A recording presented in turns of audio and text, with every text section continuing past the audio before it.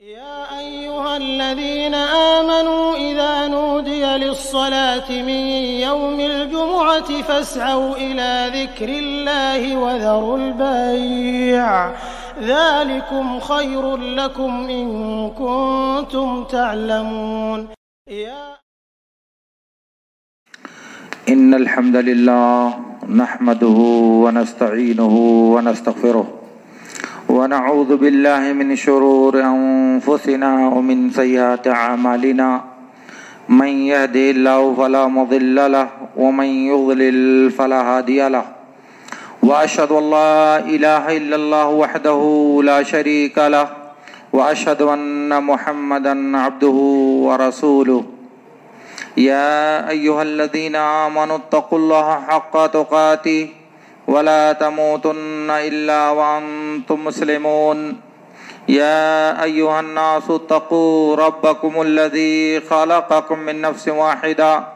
وخلق منها زوجها وبث منهما رجالا كثيرا ونساء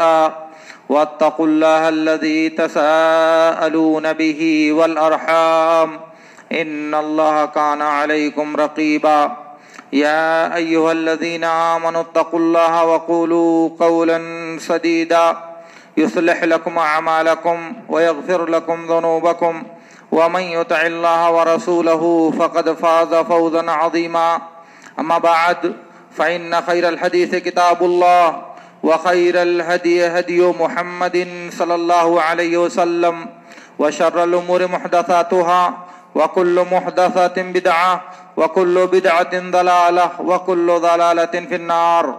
قال الله تعالى: